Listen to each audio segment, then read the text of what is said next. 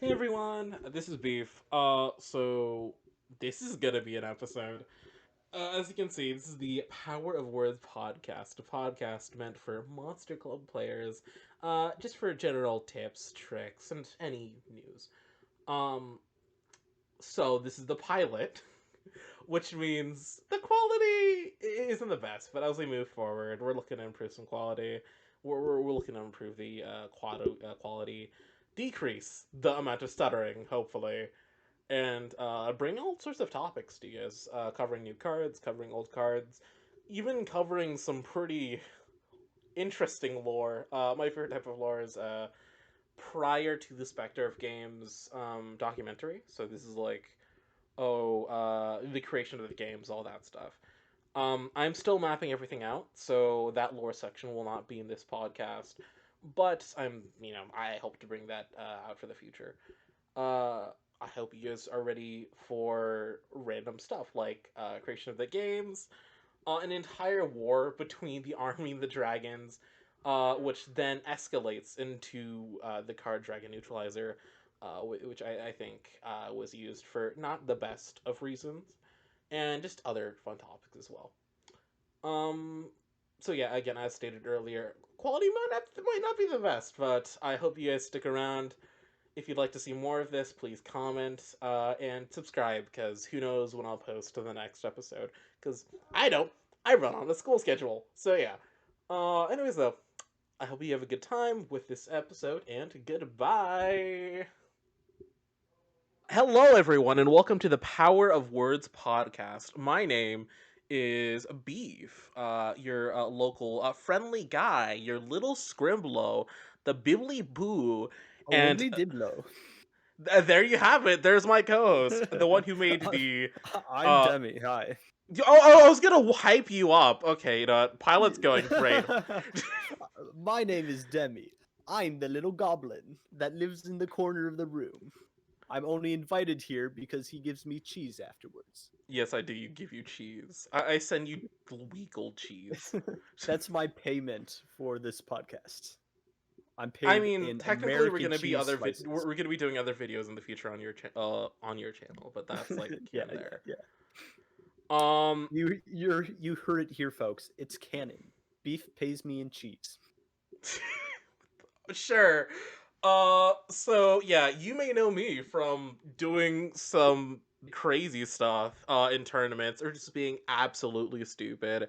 I used to do a lot of videos. Uh, I like deleting them.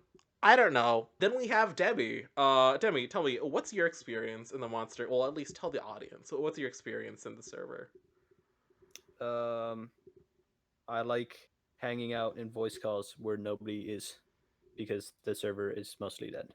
But it's coming back. So I am excited for the new release. Yeah. Yeah, that's about it. So you're not gonna mention the three different things, like the three, like the fact that you run tournaments and you uh also cheat off people. Well, you say you oh, don't, but excuse me? uh, well, we'll get to that. You also run the Controversy? trading bot that doesn't get used, which Oh it yeah, should.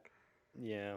Yeah. Well, I Half the mean, things yeah, half the things are not really used. But I organize the tournaments. I yeah. do the trading bot, Hmm. deck builder, MCPC, spreadsheet, some other fun stuff. Yeah, he does a lot of stuff on the back that honestly deserves to be recognized. So if you ever Basically, the see him gist around, say hi and join him in one-on-one calls in different servers. the gist of what I'm saying here is I have too much free time. Yeah, it's because you're a freshman in college, but yeah. Yes, Agreed. No, no, you're I good, would dude. know. You just do a lot of stuff, which is good. You pick up projects. And this, however, is gonna be my most recent project. Will there be an episode next week or next year? Who knows? So yeah, this is the Power of Words podcast. We're gonna be having different categories in each podcast. Uh, I'm gonna go over meta minutes. It's a section where we talk about different cards that are commonly seen in tournaments or in decks, and we're gonna talk about why they're good, why they're bad, mainly why they're good, and we're gonna rate them. We're gonna talk about why they're good.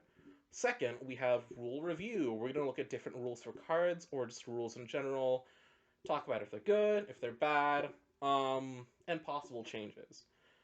Same thing goes for card consideration, where we're going to look at a card that may not be so good. Whereas meta minutes, we're going to look at why something is good. Card consideration looks at bad cards, or neutral cards, to say the Hold on. least. Let me just add Ghost into the Skull to this card consideration real quick. No, no, that's for the second pilot next year. um, so yeah, we're gonna take a look at cards that may not be so good, why they're not so good, or why they aren't really used, and how they could be fixed. Finally, there's a fourth segment that necessarily isn't in this pilot, but I will be talking about lore, ranging from an entire war between army and dragons to the chaos tribe that is the dark folk, and just general canon or headcanons that I find, lurking around. Demi, Hello. why don't we get started on the first segment? Sure. So the first segment is meta minutes, Yeah. So what do and we this got is up for just this week, dog? we're talking about return from the grave and deal with the grave.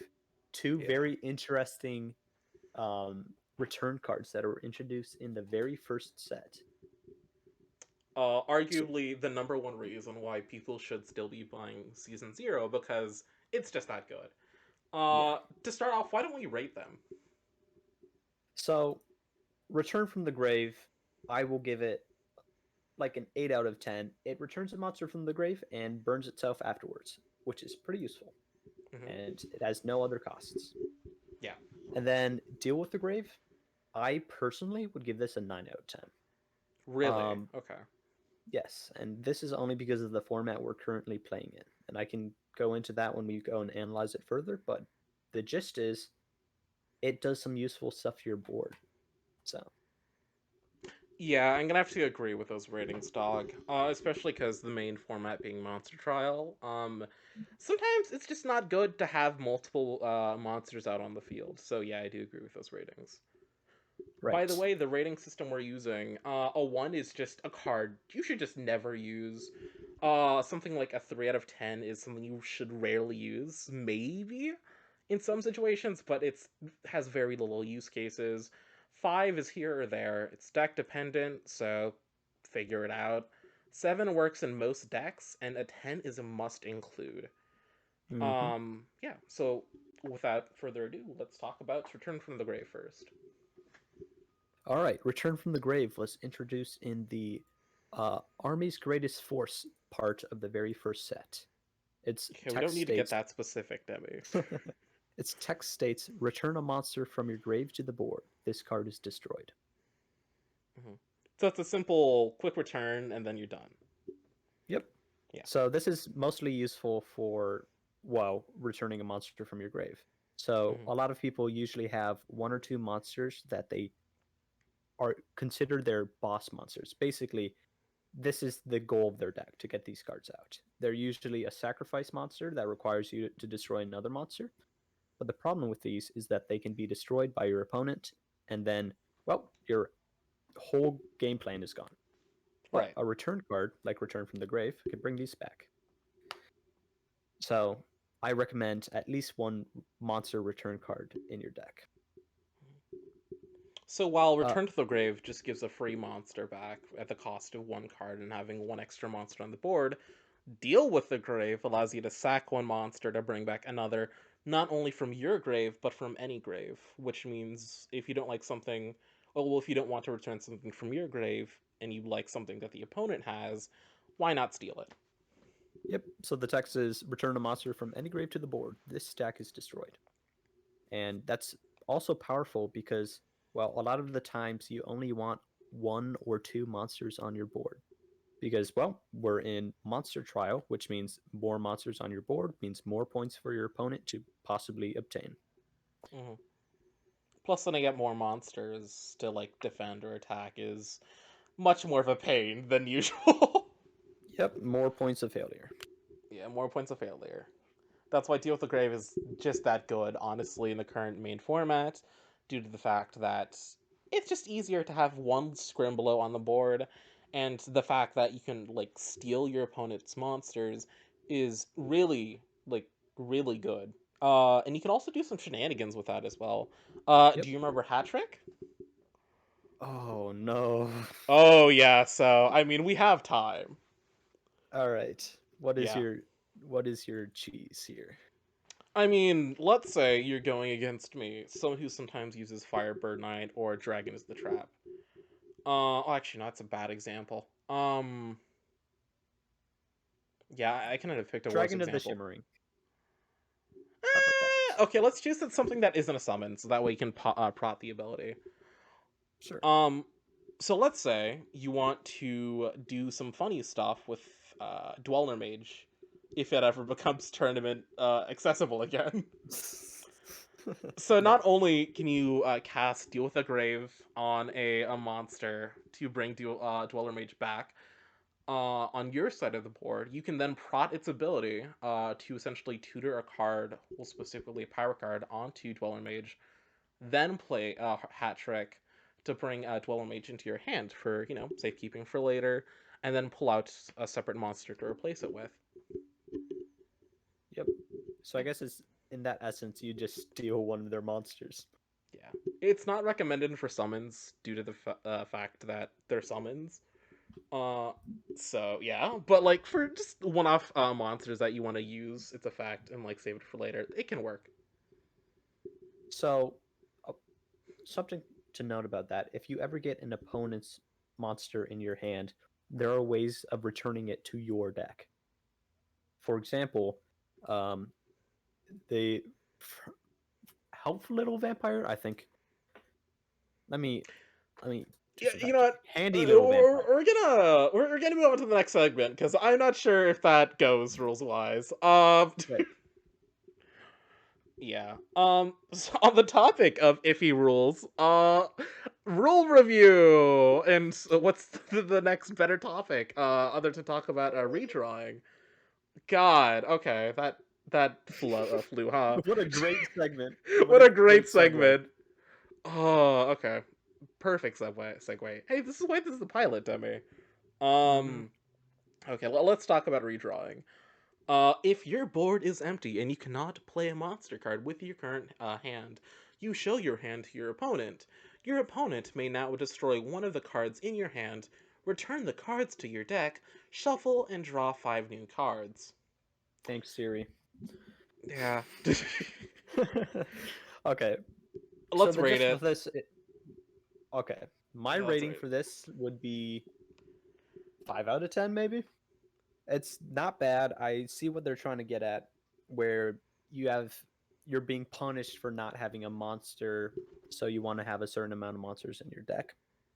But I think where Okay. this fails is the fact that it's not bad to have a few amount of monsters in your deck. There's nothing bad about that. And I think trying to fit like a quota per se is in my heart limiting in the deck building sense. I agree. But there are also some other points. I would rate this a 3 out of 10. I just think this is the wrong way entirely about going about redrawing.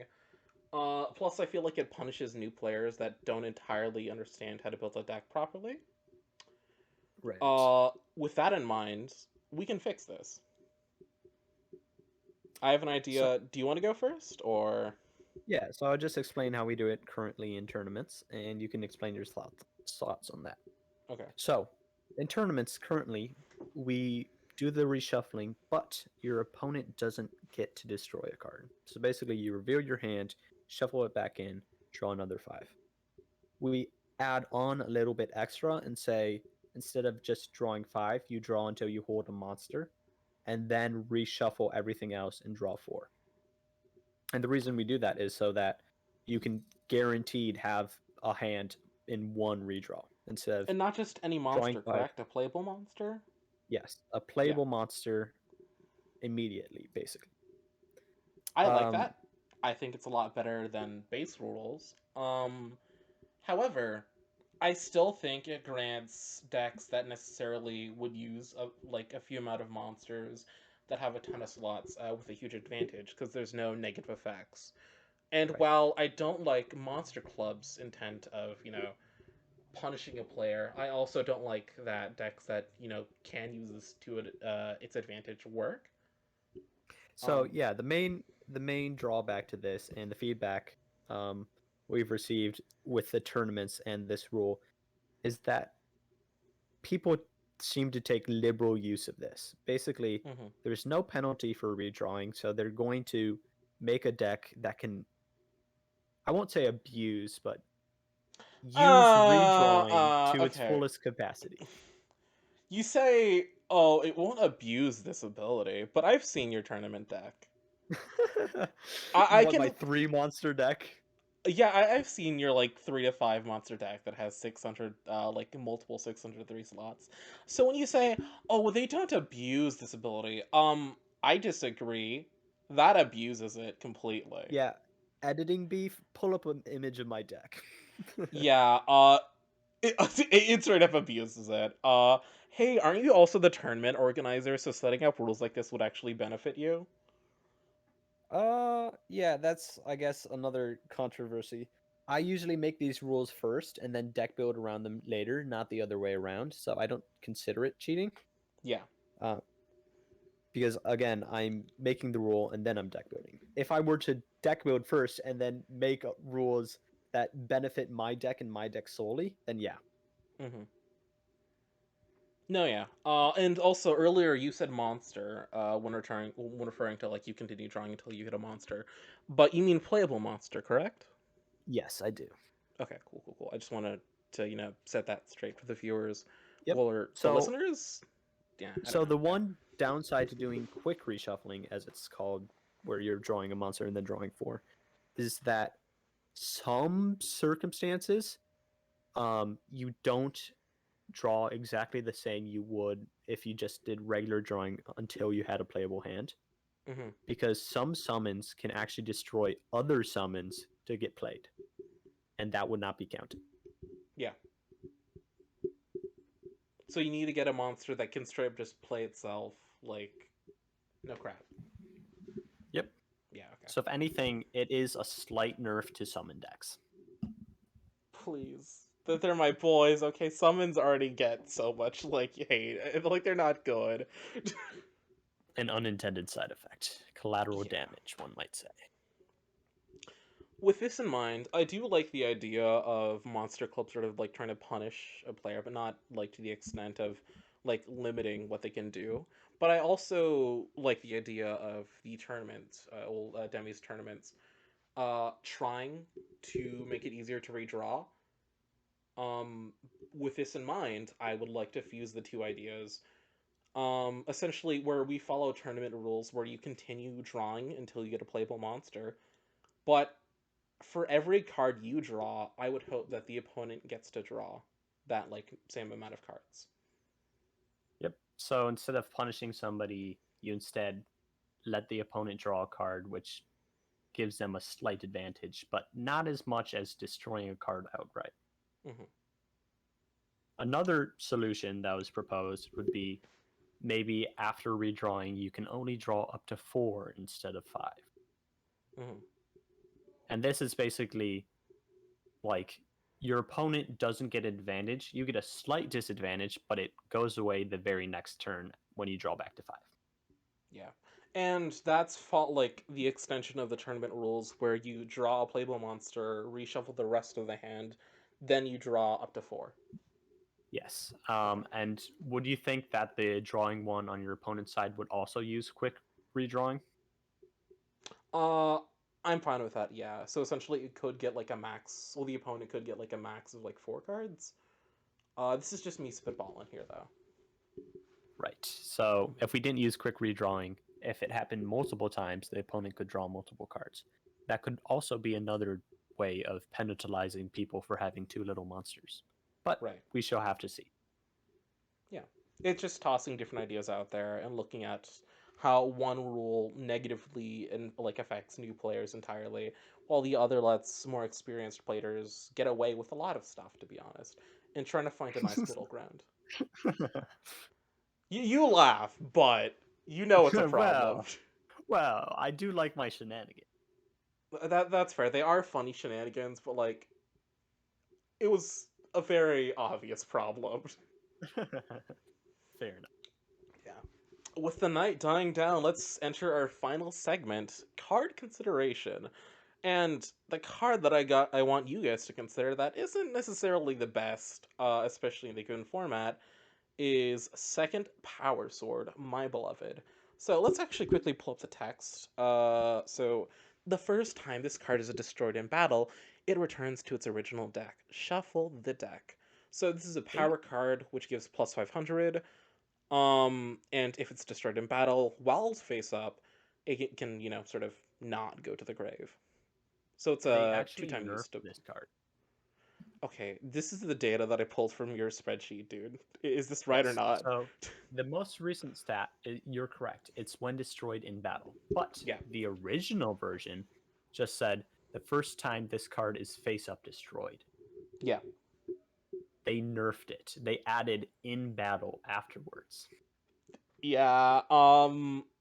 I think they added the in battle to cover face down, but if a card is face down, then it's not considered active. So And yeah. also, after the battle happens, it would turn face up anyways. No, not if it's Rising Moon. I Like, suppose Rising Moon is the one exception to that, as well as no, Stack Rising Neutralizer, Moon, Stack Neutralizer, and then the Tree Mage. Tree Mage as well. Yeah. But I think overall, it makes it a lot more vulnerable to cards like Select and Destroy, Power Extinction, Paying One Step, stuff like that. hmm So in its current state, what would you rate it?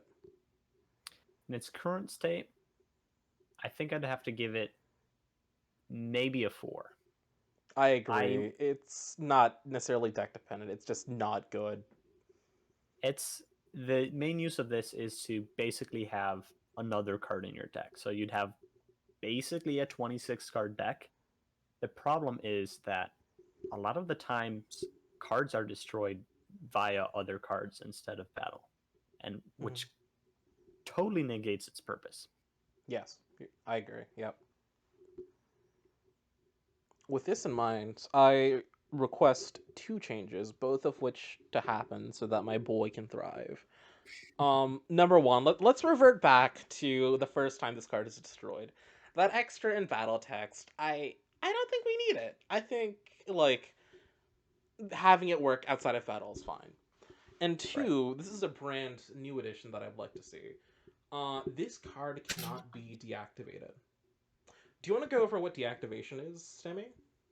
So deactivation refers to cards like Power Blocker, Stack Neutralizer, or Rising Moon, where No, power a blocker just completely neutralizes an effect. That doesn't flip it down.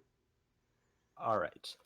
So Stack Neutralizer and Rising Moon flip a card face down and make sure it cannot activate. So basically, if you had second Power Sword on a monster that was 500, second Power Sword would add 500 and make it 1000. Your opponent comes in with a Stack Neutralizer and flips your second Power Sword face down. It does not count anymore. That monster goes back down to 500. And therefore, when it dies, the ability wouldn't prot. But this new effect, I should emphasize, this power card cannot be deactivated by your opponent. Allows it to not sort of be flipped face down through opponents using cards like Stack Neutralizer or Rising Moon. Therefore, it can also act as a viable score increaser because it won't turn face down. Therefore, it can also compete relatively or decently fine against the plus 600s and the plus 700s in the world. Right. So second Power Sword is 500. Yes. In the power curve, that's pretty bad because the average right now has moved from 600 to 700. In Yeah. fact, we have 5 plus 700 cards. Wait, that no, right? Yes. Plated Armor, Ancient Sword, Shield of Night, Golden Garden Sword, and Perfect Armor. And this is, by the way, for the audience, yes, we do know that there are power cards that are higher than this. Technically, Shard of Power is higher, but we're looking at, like, flat power cards that provide a baseline for other power cards. Yep. So Shard of Power is the exception to this rule that plus 700 is the highest you can go without having a special effect added Yeah, or because a Shard of Power negative is currently effect. at plus 800. Yep. Yeah. So when you compare a plus 500 to these plus 700s, it's really not worth it anymore. Would you say that having it just come back, regardless of battle, and also have it be able to resist, sorry.